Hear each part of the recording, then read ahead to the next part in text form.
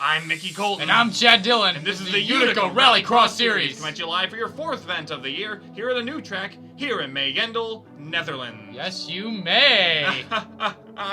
That wasn't forced at all. No, not at all. But yes, we are here at a brand new circuit for the Season 4 schedule, and it should be a doozy of an event. You know what? I've been looking forward to a new track on the circuit. It's really nice to see how everyone is on a clean slate. Everyone, when you do Yuma, everyone's done Yuma. They can feel for the track. They know what it's going. Where this one is just one big pile of mess. It's great. Yeah, it's a complete mystery. I know some people looking at it were comparing it a bit to Elk Horn Pike, and that it's a half road course, yes, half dirt track. So that could help some of the veteran drivers out today as they I've noticed there's a lot more places to fail. Where Elk Horn, there's only that one big jump that throws a lot of the drivers off. Where this one's got a lot of rickety ridges and stuff like that. So I'm excited. Yes, it should be an interesting event here at this wetland circuit. Let's take a look at the starting order here. Who stands out to you on this grid? The biggest thing here that stands out for me is probably... I'm going to go with Matt Evans again because he's had a terrible first half of the season so far.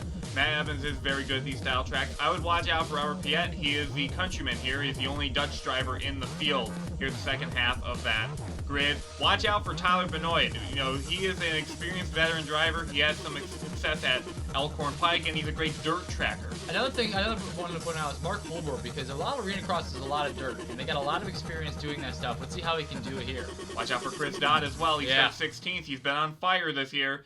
Let's meet our first driver on track. It's Chris Aurelio for DHL Aurelio Autosport. The mighty, mighty Tiger. This is the first time we're going to see this track. Brand new roundabout over here in this section of the course.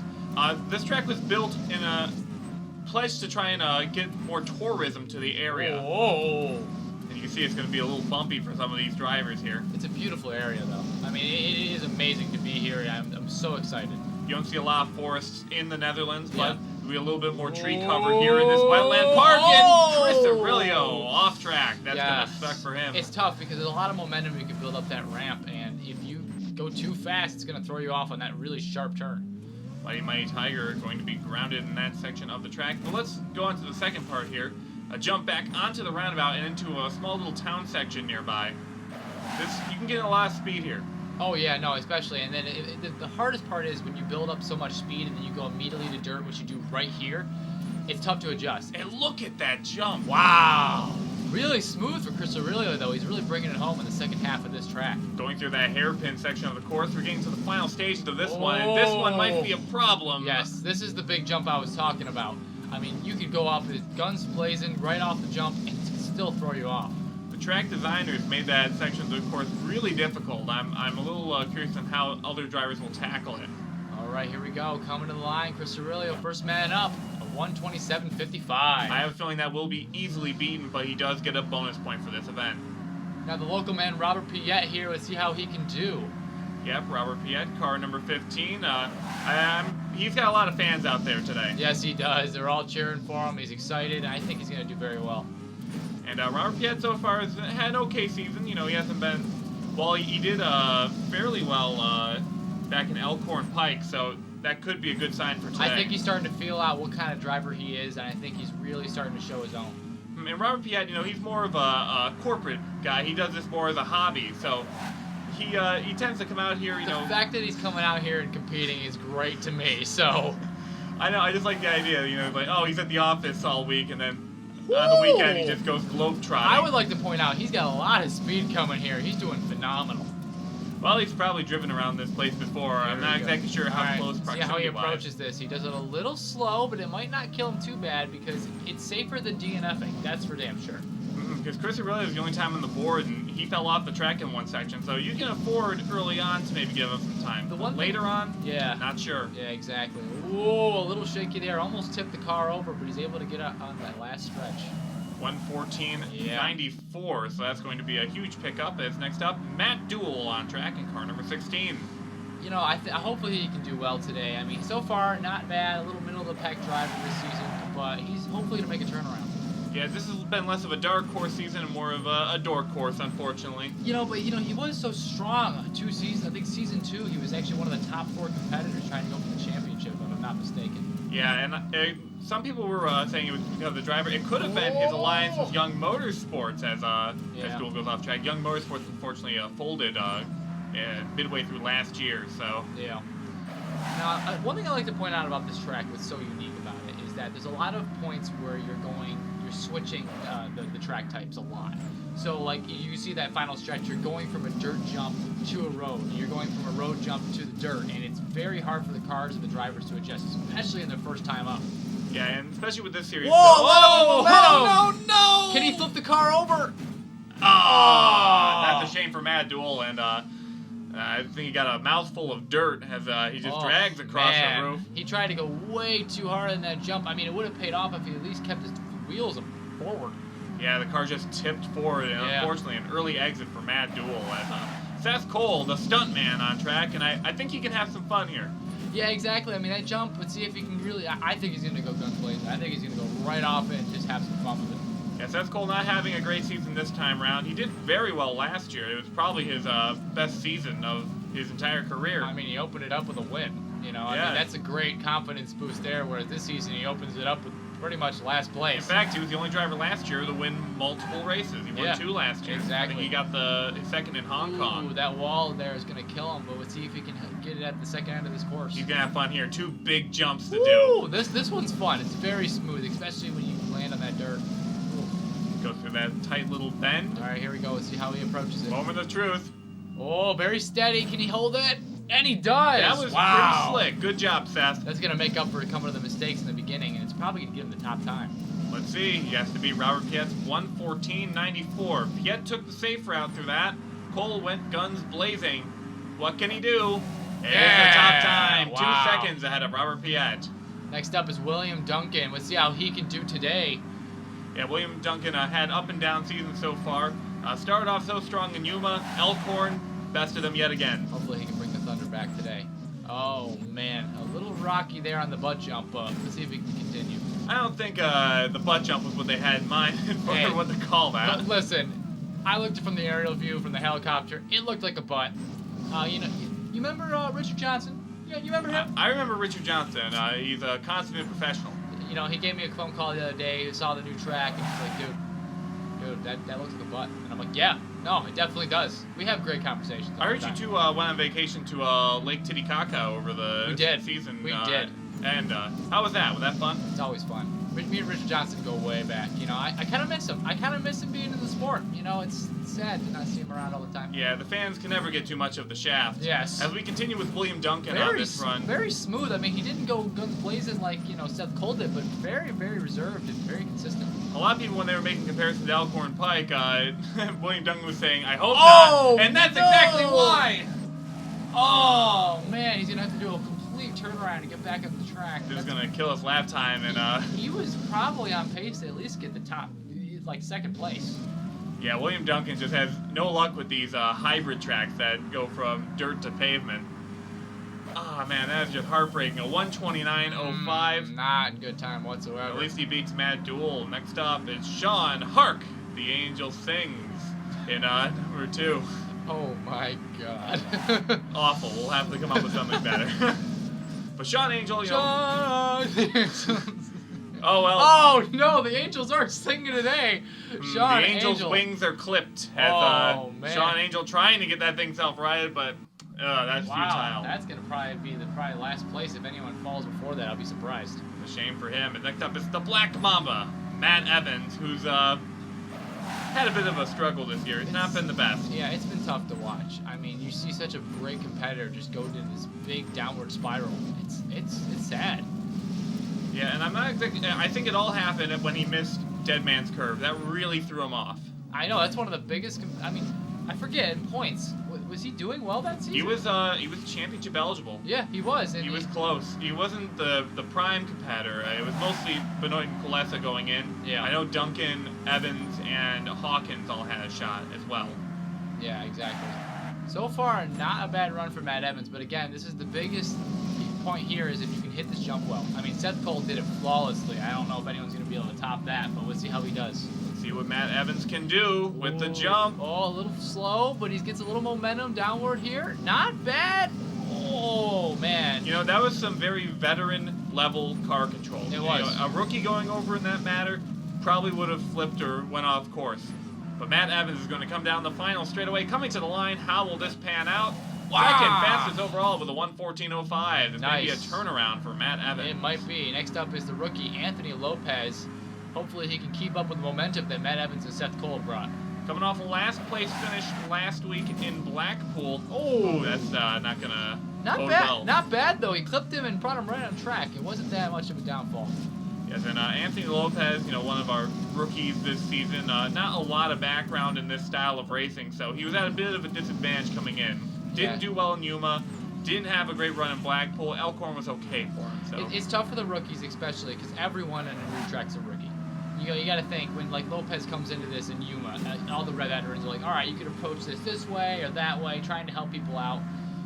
But everyone's new, so no one knows what's coming. That's the fun part about new tracks. And with the limited track time in this series, and Lopez going for a bit of a shortcut. I think it might have paid off. Coming to the big jump, what can he do? Wow, can he keep it up?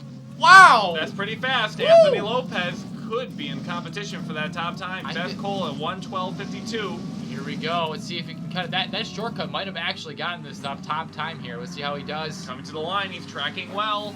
That is the top time. Man, 1:11.83. All right, next up is the man that did the impossible last week at Blackpool, Zachary Fitzwater, Senior. Big Papa. And Zachary Fitzwater was very happy about that win last week. It was a real spectacle to behold. I mean, he blew everyone out of the wall. I mean, we were amazed. It was, my jaw dropped when I saw the time. It was incredible. It was crazy, and it's a record that can't be beaten, only tied. However, that move right there was maybe not going to get him the win this time around. Oh, you know what? It's still good momentum. I mean, that might boost him in the points. If he can stay consistent, he can be a good championship competitor. We talked about the track record, but he actually set a different record last week as well. With him winning the race, car number 19 is now the winningest car number in the Utica Rallycross Series. Really? Yeah, 5 victories overall. 3 with Colin Bartel, 1 with Alex Hawkins, and 1 with Zachary Fitzwater. Wow, yeah. So you maybe want to be 19 next year. It is a lucky number, but no, it's not bad. That was a pretty decent run through the jump there. Let's see what Fitzwater can do in this final section of the course. Can he make the transition good? Yes, he does. All right, here's the final stretch here. Let's see what he can get. 1:15.79. Yeah, that early section really hurt him. Yeah, it did. 5th overall, that will be beaten, but at least it will not be a last place. Next up, Stephen Carter, Mr. Consistency on track. Yes, Mr. Consistency. He's fun to watch. Sometimes. Oh, okay, wait, he's throwing me a loop here. He's not being consistent anymore. Yeah, Stephen Carter, he's a driver that doesn't get a lot talked about him in terms of on-track ability because he's such a clean cut, consistent driver. He'll get that car to the finish. For a while, he had no DNF and had, I think, the longest streak of no DNF finishes. Unfortunately, that changed last year, but... He's a good person to have on your team. That's for sure. I mean, especially if you want to have a bigger team, you want to have some balance there, he's a perfect man for that.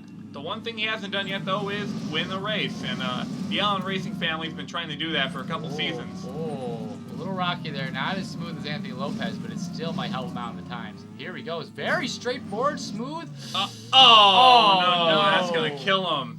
All right, now he's just got to get back on track and still try and stay afloat and not DNF. The man with no mistakes, unfortunately, is going to make a big one in the late stages of this course. That's a tough break, too, because he was on par probably to get the top 3 times, so... Coming on the final jump, here comes Stephen Carter. What will this pan out to be? Ooh, that's not going to make the top 5. Exactly. Next up is one of the rookies, Conrad Wilson, the replacement for... Michael Aurelio. Let's see how he can do today. And this is the closest that Conrad's going to be to his home track. He's a Finnish driver. We don't stray that far north except for Elk Horn Pike. So Conrad Wilson probably has a couple supporters in the crowd today. Oh yeah, I mean along with Robbert Pieete, an enormous amount of fans that I cannot talk over. Jeez. It's all right. This booth isn't picking them up. It's becoming the new Ogo. True, but you remember Ogo? Austin Ogo with a great rapper. Not so much of a race car driver, but a great hip hop artist. Are you sure it wasn't me? Are you sure? I mean, I think I really busted out some nice. Oh my God! He's still going. Can he pop it up? No! That is a shame. The frantic Finnish driver goes flipping on that section of the course, and Conrad Wilson coming onto the last section of the. This is what happens when we reminisce here, Mickey. I mean, it's tough, you know. So things happen. Things happen when we reminisce about the good old days. We gotta look to the future, and Conrad Wilson, though he's had a couple of good runs, a couple of bad, he is a driver to definitely watch out for in the future. Oh yeah, all of our rookies this year are really showing us some great runs. It's incredible. Probably one of the best rookie classes we've had in a 1:21.74, but that is undeserving of what he laid out on the track for the first section of the course. Next up is Captain Clutch Ray Davis on track for the Davis Motor Group. I bet he drinks Captain. I mean, eats Captain Clutch. Not drinks it. You know what? I drink cereal sometimes. You know what? I don't want to know what you do at home. Why not? Our relationship is strictly professional. Yeah, I'm sure. That's why you're asking me when I went out with my vacation with Richard Johnson. Well, everyone wants to know where Richard Johnson is. That's true. What about me? They don't care about where I am? I would say your fame is your proximity to Richard Johnson. Yeah, that's true. When you're hanging around a guy with a nickname The Shaft, you know, you just become the right-hand man. you get more popular when you're hanging with The Shaft. But we haven't talked too much about Ray Davis as on track. He's setting a decent pace out there. Yeah, no, he is. He's definitely really doing well. Now, this is the part. Can he hold it over? It's a little squirrely. Can he hold on to it? Oh, and he gets through, and still enough speed to cut it. That just shows that Ray Davis is a driver who drives with precision. That was so close to being on his lid. I know, but he's still going to finish it here, and he's made it to the end. No one can really fall at this point. But wow, 1:12.75, not bad. Wait on that, because Nathan Hudson's on track right now, so he could. Oh. He obviously could. It's the Purple Nurple of Nathan Hudson, and we got confirmation he does like that nickname. Does he? He does. He actually said he likes that as a nickname for his car. So not the driver, just the car. We'll see how that goes, but the Purple Nurple is on track as Nathan Hudson. To say he's had a bad season is an understatement. Because he shows his time in and time out how well of a driver he is. This has been an absolutely heart-wrenching season for Nathan Hudson, considering last year he did fairly well. He did. He did have a win under his belt, I'm pretty sure, too. Yeah, won at Blackpool last year. Became the first foreign driver, and by foreign I mean non-American, since we're an American broadcast. This is a global series, but an American-owned company. It's surprising that it took 3 seasons to get our first, and 4 seasons to get our second, since Fitzwater is Aussie. Yeah, exactly. We're starting to show some diversity here. All right, now hopefully he can bring it back. He's not going to make top 5 with that mishap, but hopefully he can at least finish the last end of this course. You know what? I think finishing will be like a win to him this year. Oh, you know what? I have to say, that was probably the smoothest run through that jump. I mean, if only he didn't mess up on that one spot. It's a shame. It's been a cruel fate for car number 6 this year. As Nathan Hudson coming to the line, he may just do it. Nathan Hudson finishes the course. Not well, but he finishes the course right into the pylon, finishing with style. Next up is Joseph Onesto in car number 5 for Team Motorsports, who had just a heartbreaker last week in Blackpool. Oh, I know, right? He was on track to get it. I really confidently said that he probably would have dethroned Fitzwater, but man, that sucks. Slipped on that last jump. Yeah. If he had made it, he would have probably done pretty well near the end. And, you know, that jump when they were making that track, I'm like, dude, really? You're gonna make them have to do that? It's gonna throw them off, you know? Like I when I did the test run for that track, I'm like, what the hell? They really loved their roundabout. They wanted you to go through it twice, I guess. Yeah, and almost hit the ramp from before. Onesto's tracking pretty well so far in this run as he heads into the second half of the course. We'll have to see how he handles this section. I think that heartbreaker is going to give him some motivation because he wasn't doing so good before the first 2 races, but that one he was really showing some pride. No. Can he flip it back over? No! That's a shame. Wait. What? I've never. It looks like they're calling him out, but man, I've never seen a car do that before. Man, that's weird. But they didn't even want to give him an opportunity. He probably could have flipped back over. Looks like he's kind of wedged in there. I think maybe he knocked his axle out of line or something. Yeah, it probably wouldn't have been drivable after that. But let's talk about the current driver on track, Estavas Cortez, who's on a bit of a hot streak this year. I know. It's crazy. 2 runner-up finishes in 3 events. I know. It's crazy. It's mind-blowing. This is some sort of bizarro universe we've fallen into. Matt Evans is struggling, But Estavas Cortez is near the top of the standings. Like I said, I think the rookies have just taken over the entire broadcast because they are either they're fixing these races or they're just that good. Oh, that's a little squirrely. But just think about it. We live in a time, if you were to tell me back in Season 1 that Estavas Cortez would be the points leader Yes. going into an event, I would have laughed at you. Yeah, no, you would have had every right to laugh at me. But Estavas Cortez, again, having a very, very solid run this week. I think we should call him the Phoenix because he has risen from the ashes. He is a probable championship hopeful for later this year, and that's 5th fastest overall. Not Wow. too bad for the Mexican driver. Next up, it's Chris the Dude Dodd from Puerto Rico, the winner in Yuma, Arizona. It's Chris Dodd with the hot pod. Oh yeah, some of the lady fans out there have put that on t-shirts out there. There are t-shirts that exist. I've seen them around. I've also seen them on the back of yoga pants as well. I've noticed that they're like very, very bronze-looking t-shirts because of the color of his car, and it's great. I love it. I love when the fans really show us some love. We have a lot of great fans out there for the Utica Rallycross Series, and they come out in droves to see their favorite competitors battle it out in these single-car time trial runs. I still enjoy the fact that every single race, even to this day, we still get some Oko fans. They're still there. They're still alive. They're still kicking. I hear that Austin Ogo is actually going to perform the pre-race show at Dead Man's Curve, so you'll want to attend that concert. Yeah. Now, for Chris Dodd here, not a bad run. A little slow through there, but a very consistent run nonetheless. We're getting a report that he's tracking actually pretty well. Yeah. I think he may have something for Anthony Lopez if he can finish his race off good. Here Coming we to go. the line. Wow. 1:12.22. Not quite, but a great run for Chris Dodd. That's going to help him in the points. Yeah. No, that is going to help As him a lot. he was close to Cortez following last race, but just lost it. Speaking of losing it, we next up is Colin Bartel.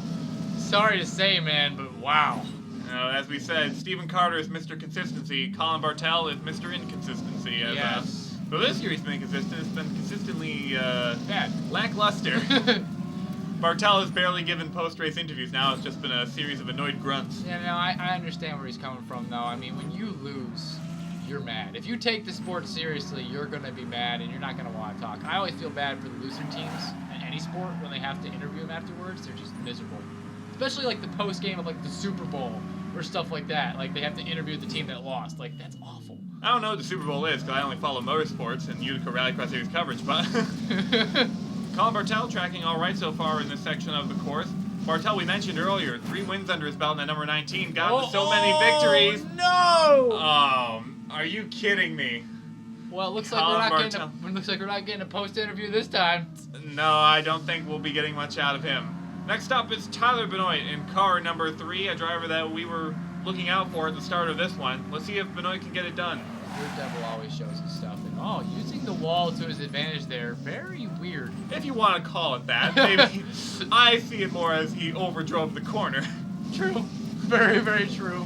Now, this has been an odd year for Tyler Benoit, because Tyler Benoit's doing fairly well in the points, but he hasn't really been going gung-ho like he has in previous years. He's been very subdued on track. I know he's pacing himself through the season. I mean, it's a different Tyler. Usually he's very, very aggressive in every single race he does, and I don't know. I mean, a lot of the veterans are really showing us a different side of themselves. It might be an effect of him winning the title, because he's been chasing that thing for a couple seasons. Whoa. Adam Dunlap won it for him. I have to say, though, so far, Tyler Benoit's time, he's tracking pretty damn good. I also want to point out that Anthony Lopez was the only driver that's tried that shortcut so far. Yeah. I mean, I think there was someone else, but it didn't work out in their favor. Oh, man, that was a little slow there, but hopefully he can finish in the top 5. Tyler Benoit, car number 3, coming through the final jump. Whoop, there he makes it. Plants his wheels there, here in the final stretch. Ooh, 1:13.24, that's the top 5. Knocking out Matt Evans. Yeah, that's going to push him out of the top 5. And next up is the second half of the Tyler and Tyler show. It's Tyler Kulesa out of Australia for Thunder from Down Under. Yeah, Thunder. The Thunder. You know, I like the Australian drivers in this series because they have a lot of country pride. Because Fitzwater runs for Fitzwater Australia Racing, and Chico runs for Thunder from Down Under. So they really embrace their Australian heritage and culture. I know, they're really nice people there too. I mean, I've been there a couple times with the Shaft, and it's a beautiful place. They call a lot of people the C word a lot. It's a very popular word in Australia. I won't say on this broadcast because I see our producer looking real worried over there. How you doing, Paul? How's it going, Paul? Is his name Paul? I forgot his name. They have a high turnover rate. But Tyler Kulesa, car number 10. He won Elk Horn Pike, and this track is similar. He's tracking fairly well on this section of the course. Not bad. He's holding on to it. Yeah, not bad. Hopefully he can make it a top 5, but he's just got to get over the last little hump here. Tyler Kulesa in the final stages. Can the Thunder strike twice? You never want to get struck twice from down under, man. Oh, Ooh, third man. fastest overall. Oh, just missed Chris Dodd. Yeah, that was a by close. 100th of a second. And we have our final competitor on track. It's Canadian Mark Holbert, the Arena Cross champion, who's making his rookie season. Let's see if the rookie can dethrone the rookie here. Anthony Lopez with a really hard time to beat. I know Anthony Lopez did such a good job on track, and we want to mention Mark Holbert here did not do too well in Elk Horn Pike, which was his home track. Which is also surprising too, because again, all the arena cross drivers that were there, they were all dirt tracks for the most part, and you'd think that they would have a lot of skills in it. Yeah, and Mark Holbert, the champion in the Arena Cross Series that we mentioned, also finished fifth at Dead Man's Curve in his first time out. True, yeah. That is not an easy feat. So He's a good driver, but just did not get it done in Elk Horn. He's keeping it going there. A lot of momentum. Not really much mess up here. You know, not going to go for that shortcut that Lopez did. Let's see how he does in the final jump. Very steady. Ugh. Just like Anthony wow. Lopez. Oh, man, this is going to be a tough call here. He's just got to hit. I see someone in the crowd holding up a 10 for that landing. Yeah. Woo! Final stage of the course. Can Mark Holbert get it done? All right, now it's just speed against speed here. How it Comes in goes. line. He does it! Mark Holbert, the last car up, wow. wins it here at Meijendel. And Mark Holbert, Woo. great job. Anthony Lopez is probably kicking himself at the end there. So close. Man, well, there's nothing you can do, man. It's just a good driver against a good driver. That is a great finish for Mark Holbert. Chris Dodd finishing third, just a rookie fest out front. Then it's Tyler Kulesa and Seth Cole rounding out the top 5. Followed by Ray Davis, Tyler Benoit, Matt Evans finally getting a top 10 appearance. Estavas Cortez, not a bad show up, and Robbert Pieete showing for the top 10. I'm going to be interested to see that point standing since Chris Dodd beat Cortez this time by a couple of positions. That may change things around. And Robbert Pieete, top 10 at his home track, had a good outing in front of his fans. Yeah, not bad. Look at a very tightly contested top 10, too. Very, very impressive. I know top a couple times were in the 112s. Zachary Fitzwater Sr., not going to get the breakthrough run he did last week, but still had some fun out there. Stephen Carter, not too well today. Wilson, Nathan Hudson, 14th, finishes the race finally. Chris Aurelio in 15th, followed by William Duncan, the slowest car that finished the course. Yes, and then we got our DNF guys here. Joseph Inesto, Matt Dool, Colin Bartel, and Sean Angel. Probably one of the worst runs today. Probably the quickest out. Yeah, definitely. Maybe not the quickest out I've ever seen, but that's pretty close. We'll have to maybe check that out later on. Remember Kansas City? I remember Kansas City. William Duncan remembers Kansas City because I think he finished last there as well. Well, let's take a look at the point standings. And yes, like I predicted, Chris Dodd takes the points lead back 3 points over Estavas Cortez. Tyler Benoit hanging in third place. Watch out for him. He may get a second championship in a row and a third in a row for Benoit Motorsports if this keeps up. Yeah. Followed by Ray Davis and Stephen Carter to round out your Stephen top. Carter's been so quiet, but he's 5th in points. I know. Amazing. I mean, consistency can go a long way. And then you got Zachary Fitzwater Sr. and Mark Holbert starting to climb up in the charts there. And Tyler Kulesa, they're all winners, and they're all tied at 53 points. Yeah. William Duncan just outside the top 10. Chris Aurelio in 12th. Anthony Lopez gained a little bit of ground this week. Followed by Seth Cole and Matt Evans, 15th, still trying to climb his way out of the pit. And you got your bad guys here. Sean Angel, Matt Dool, Joseph Inesto, Colin Bartel, and Nathan Hudson. Just not a good season for Nathan them. Hudson is in double points this time. He was in single points for the first 3 events. That's true. Very, very true. Well, I hope you enjoyed this event here at the Meijendel circuit. It was a fun event, and it's always good to freshen things up with a new track on the schedule. Oh, yeah, I know. And it was a good one, too. I'm glad they put this on the circuit, and it was a good race today. Well, next week we'll be heading to the coast of Italy for the Paparone Dirt Circuit. It should be fun. They did a little bit of renovating near the end. Not too crazy, but it should be interesting to see what they can do. Paparone! So, until then, this has been the Utica Rallycross Series. We'll see you next time. Bye!